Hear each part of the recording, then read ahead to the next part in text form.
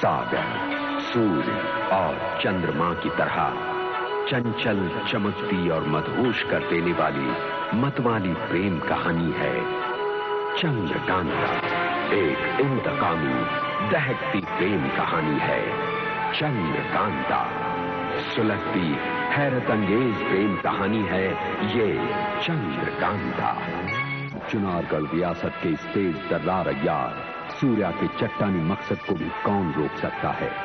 अपने इस मकसद के तहत इस अय्यारी करिश्मे की तलवार से दुश्मन अय्यार के पथरीले चेहरे को वो कर देता है नेस्तो नाबूद। नेस्तो नाबूद पथरीले चेहरे को तराश कर दुश्मन के सीने में छुपे हुए राज और मकसद को हासिल करके सूर्या बढ़ाता है इस दिशा में अपना दूसरा कदम। दूसरे बढ़ते कदम से जन्मा ये नायाब कमल, जिसने ली अंगड़ाई और अपनी कोख से पैदा किया ये दिव्य अय्यारी यंत्र। इस काया माया यंत्र को सघन करो। इस दिव्य ज्योति के आदेश से तब प्रकट हुई एक अय्यारी ज्योति। इस काया माया यंत्र के शक्ति के प्रभाव से तुम सब कुछ बोलोगे और सब कुछ बताओगे। चमत्कारी ज्योति बादल के मस्तक को चीरकर उसकी चट्टानी वफादारी के कवच को कर देती है लहूलुहान। तुम्हारा नाम क्या है? बादल। बादल। सम्मोहनग्रस्त बादल होकर मजबूर अपने सरगना का चेहरा सूर्या के सामने करता है पेश।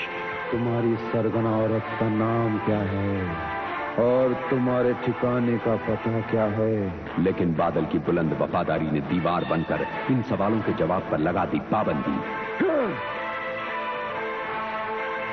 अब ये मेरा काया माया यंत्र भी काम नहीं करेगा।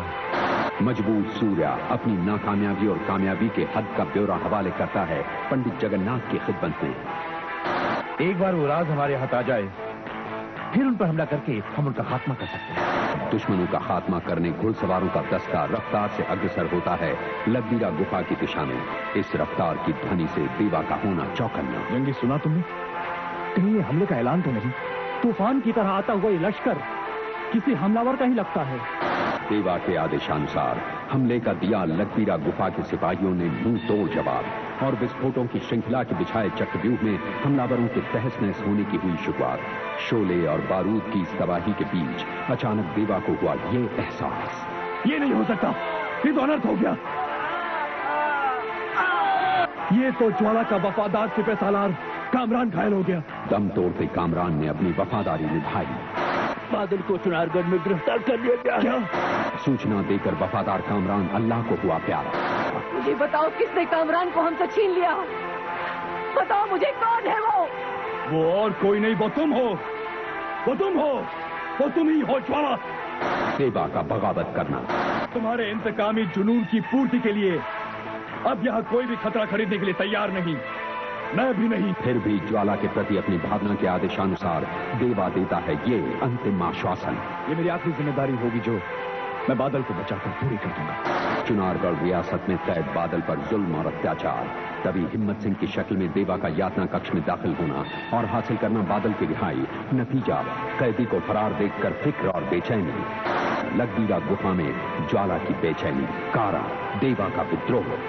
इन हालात में अब शनि से हिसाब चुकता करना ही होगा।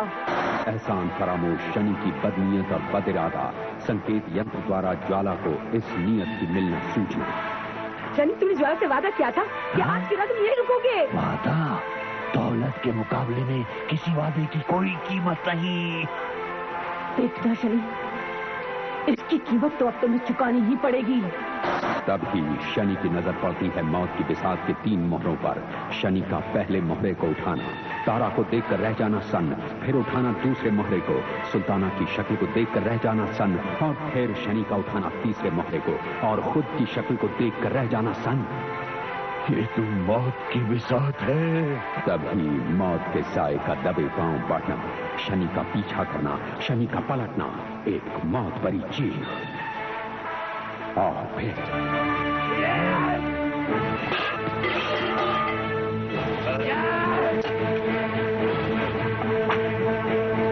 आज शनि है तुम्हारी मौत के साथ।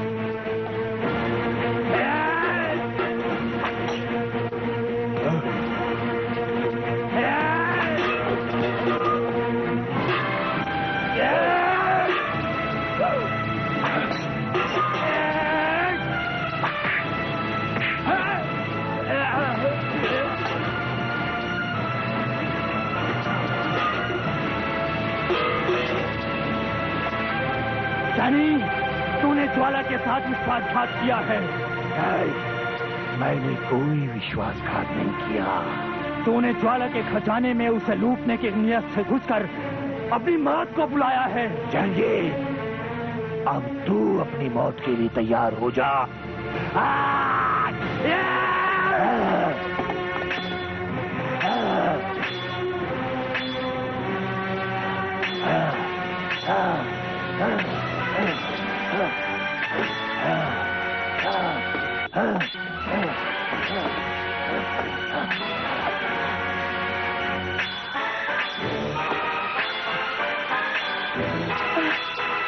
तूने ज्वाला के खजाने में बिना इजाजत घुसने का जुर्म किया है। नहीं, ये जुर्म नहीं। धन, दौलत, औरत और धरती, ये सब पराक्रम से जीती जाती है।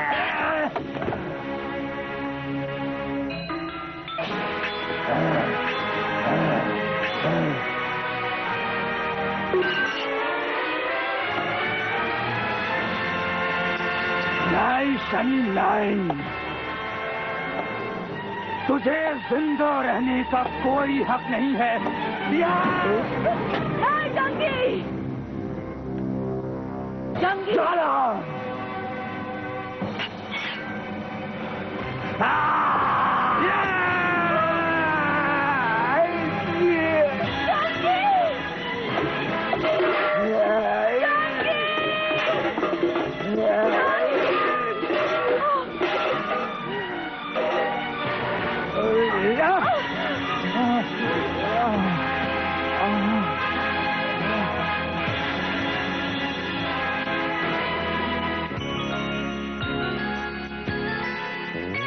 चंद्रकांता की कहानी ये माना है पुरानी।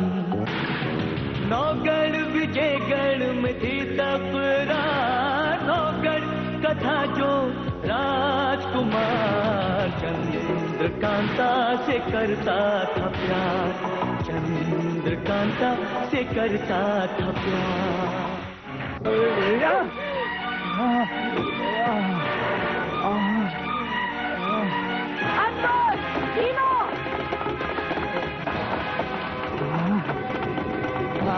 ज्वाला, क्या हुआ इसे? जंगी हो क्या हुआ? दौलत के लिए ये जल्दबाजी मुझे बहुत महंगी पड़ गई। अनवर, फौरन जंगी को उपचार कक्ष में ले जाओ।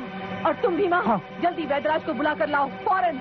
सुनो, जल्दी से जंगी को ले चलो। उठाओ, जल्दी करो। आराम से जंगी को उपचार कक्ष में ले चलो, आराम से।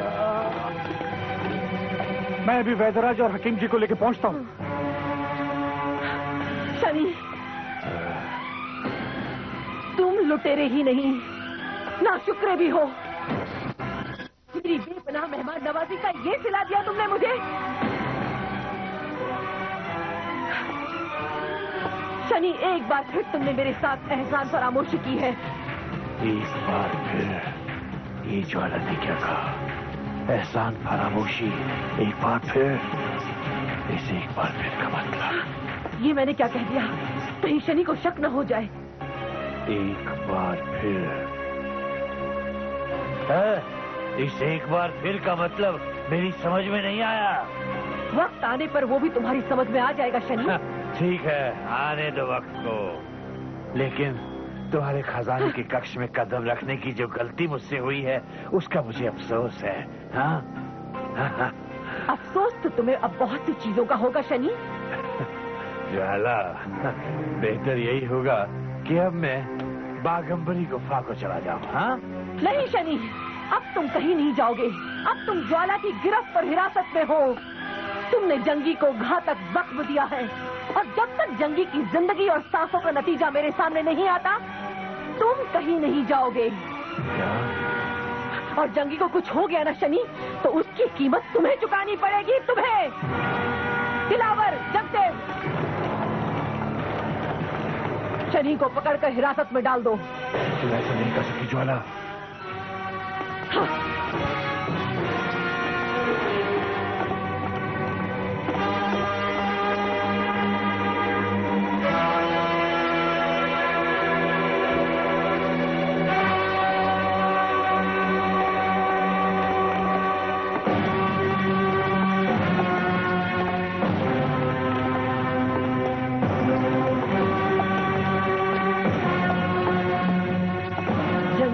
हालत मेरी वजह से हुई है। ज्वाला, जंगी,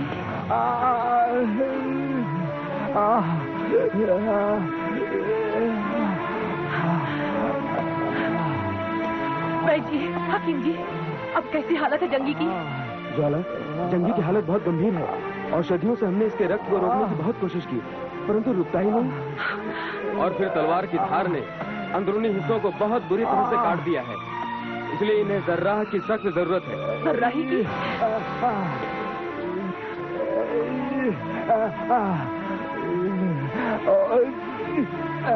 जंगी का रक्तचाप लगातार गिरता जा रहा है। नहीं जंगी, तुम ठीक हो जाओगे। हकीम जी, जंगी की जान की रक्षा आपको करनी ही होगी, हर हालत में। लेकिन जंगी की हालत ठीक नहीं ज्वाला। इनके अंदरूनी जख्मों से खून जारी है। जंगी, हकीम जी, जंगी को देखिए क्या हो रहा है। जंगी, इन पर बेहोशी हावी होती जा रही है। फौरन यामानी का अर्क लाओ और इन्हें सुहाओ। इनका होश में रहना बहुत जरूरी है। अगर जंगी को मैंने खो दिया तो मैं अपने आप को कभी माफ नहीं कर पाऊंगी। मरीज पर बेहोशी तारी होती जा रही है। मेरी राय है कि जोधगढ़ के महावैद्य निरंजन आचार्य को इलाज के लिए शीघ्र बुलाया जाए। क्या कहा? कहाँ के महावैद्य को लाने की बात कर रहे हैं आप लोग? जोधगढ़ के महावैद्य निरंजन आचार्य को। और वही जंगी को बचा सकते हैं। अगर ये बात है तो मैं किसी भी कीमत पर उसे यहाँ ले आऊंगी। लेकिन ये जोधगढ़ है कहाँ? ज्वाला, जोधगढ़ नौगढ़ रियासत का एक हिस्सा है। नौगढ़ के उस इलाके को एक विश्वजीत सिंह नाम के योद्धा ने जीत लिया था और महावैद्य निरंजन आचार्य को वहीं से यहाँ लाना होगा। ठीक है, तो मैं खुद जाकर उन्हें यहाँ ले आऊंगी। लेकिन ज्वाला, उन्हें यहाँ लाना इतना आसान काम नहीं है, क्योंकि विश्वजीत सिंह की इजाजत के बगैर उन्हें यहाँ लाना खतरे से खाली भी नहीं। वैद्य जी, ये तो खतरे की बात है। मरीज के बदन में हरारत की कमी आ रही है। हाँ, मालिक के फैसला। हरारत की कमी की वजह से कपकपी बढ़ती जा रही है।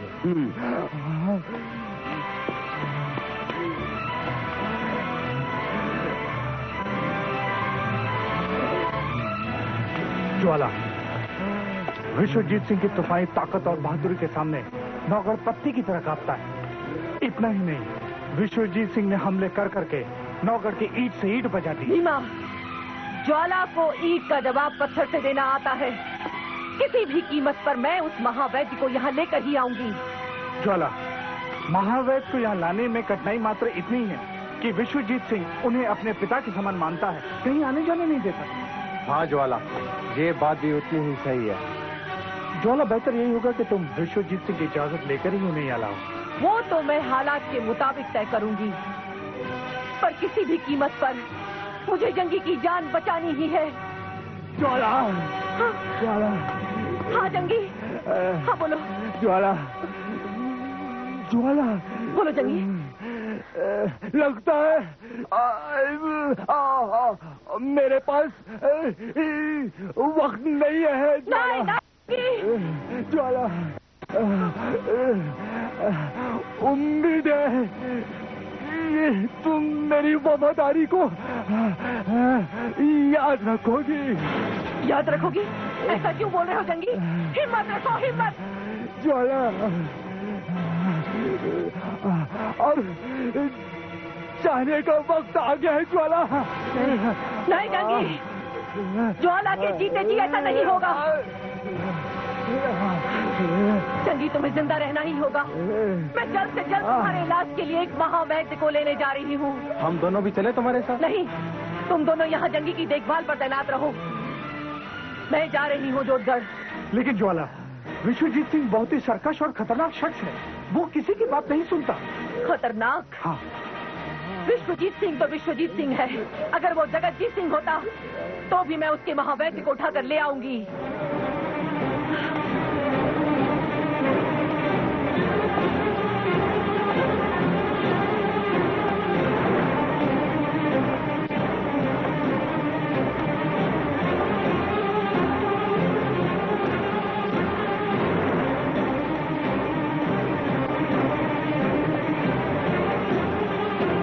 मीरा, हाँ ज्वाला।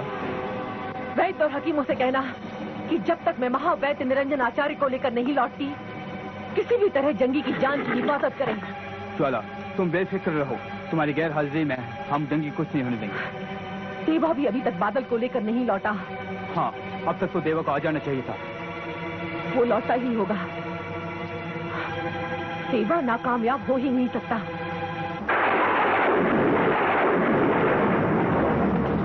चल, वक्त बर्बाद मत कर बादल, जल्दी चल, महाराज का हुक्म है। अरे तुम और तुम्हारे महाराज, दुनिया की कोई भी ताकत मुझसे मेरे गिरोह और सरगना की राज हासिल नहीं कर सकती। कभी नहीं। दुश्मन यार, तुम्हें हमारे महाराज की ताकत का भी पता नहीं, और तुम्हारे महाराज को मेरी वफादारी और वफादारी का अंदाजा नहीं। चल। तुमने वो कहावत सुनी है? मुझे तुम्हारी कोई कहावत नहीं सुनी है। अरे सुन तो लो, तबीयत खुश हो जाएगी। हम तो हैं दरवेश, जल्दी पहुंचो अपने देश। देवा, बादल। देवा दरवेश, तो तुम देवा हो? हाँ बादल। देवा, पर ये क्या? मुझे हथकड़ियां पहनाकर आजाद करोगे देवा? तो और क्या करें, ये हथकड़ियां ही तुम्हें आजादी देंगी। देवा, सावधान।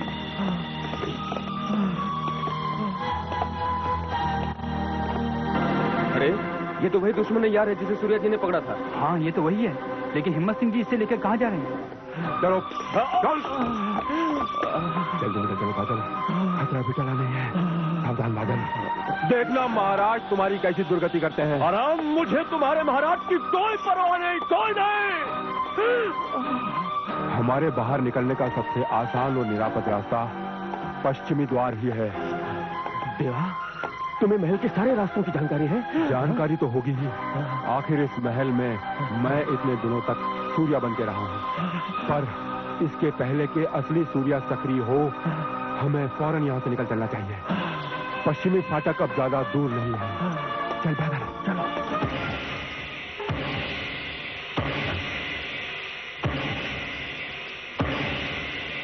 पंडित जी, ये देखिए, उन नैयारों ने महल से फरार होने के लिए पहले ये रास्ता पकड़ा।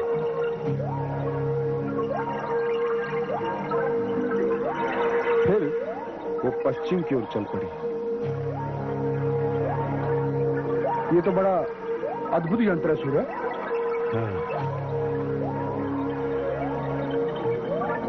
लेकिन एक बात है सूर्य, इन दोनों अय्यारों को फरार होने का मौका देकर तुमने एक बहुत बड़ा जोखिम उठाया है।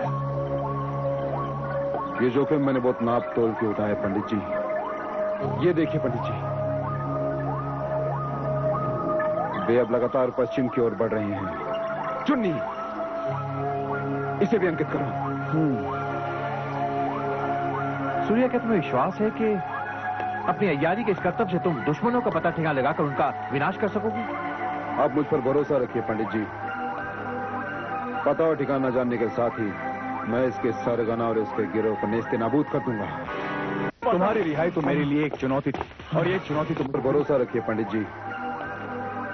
पता और ठिकाना जानने के साथ ही मैं इसके सरगना और इसके गिरोह को नेस्ते नाबूद कर दूंगा।